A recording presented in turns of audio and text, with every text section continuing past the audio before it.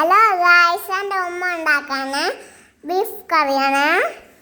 Hello, ഇന്ന് ഞാൻ വന്നിരിക്കുന്നത് എളുപ്പത്തിൽ തന്നെ ഉണ്ടാക്കിയെടുക്കാൻ പറ്റുന്ന നല്ലൊരു ബീഫ് കറിയുടെ റെസിപ്പി ആയിട്ടാണ്. അപ്പോൾ ഈ ഒരു ബീഫ് കറി എങ്ങനെയാണ് തയ്യാറാക്കിയെടുക്കാൻ നോക്കാം. അപ്പോൾ അതിന് വേണ്ടിയിട്ട് ഞാനൊരു കുക്കറിലോട്ട് 1 കിലോ ബീഫ് നന്നായിട്ട് കഴുകിയിട്ട് ഇട്ട് കൊടുത്തിട്ടുണ്ട്.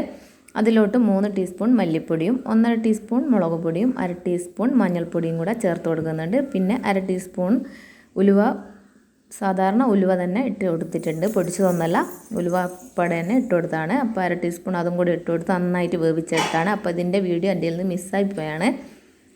ഇപ്പോൾ ആദ്യം തന്നെ നമ്മളതൊക്കെ ഒന്ന് ചെയ്ത് മാറ്റി വെക്കുക. എന്നിട്ട് വേറൊരു പാൻ എടുത്ത് അതിലോട്ട് വെളിച്ചെണ്ണ ഒഴിച്ച് കൊടുക്കുക. വെളിച്ചെണ്ണയിലോട്ട് 2 വലിയ ഉള്ളി ഇതേപോലെ ഒന്ന് ചെറുതായിട്ട് കട്ട് ചെയ്തിട്ട് ചേർത്ത് കൊടുക്കുക.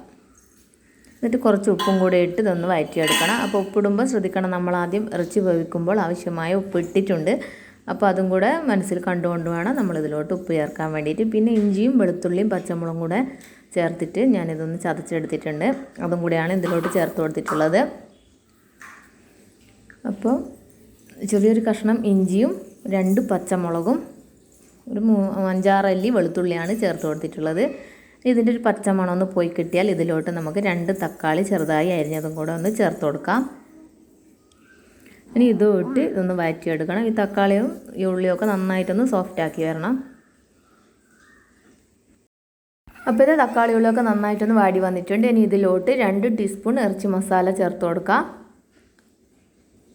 പിന്നെ 1 ടീസ്പൂൺ കുരുമുളക് പൊടിച്ചത്, പിന്നെ 1/2 ടീസ്പൂൺ ഗരം മസാല.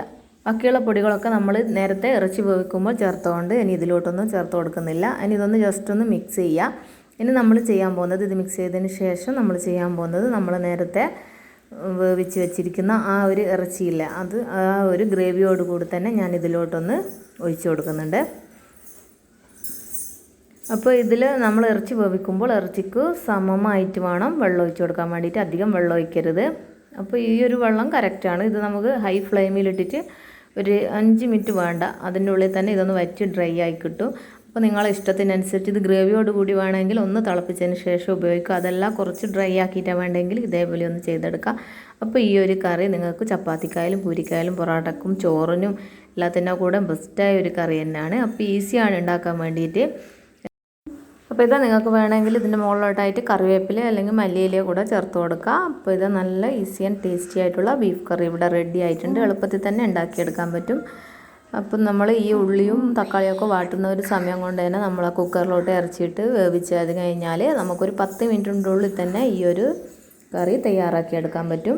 അപ്പോൾ എന്തായാലും ഇതൊന്ന് ട്രൈ ചെയ്ത് നോക്കുക. എൻ്റെ ഇഷ്ടമായിട്ടുണ്ടെങ്കിൽ ലൈക്ക് ചെയ്യാനും കമൻറ്റ് ചെയ്യാനും അതേപോലെ സബ്സ്ക്രൈബ് ചെയ്യാതെ ആരെയും കാണുന്നുണ്ടെങ്കിൽ സബ്സ്ക്രൈബ് ചെയ്യാനും മറക്കരുത്.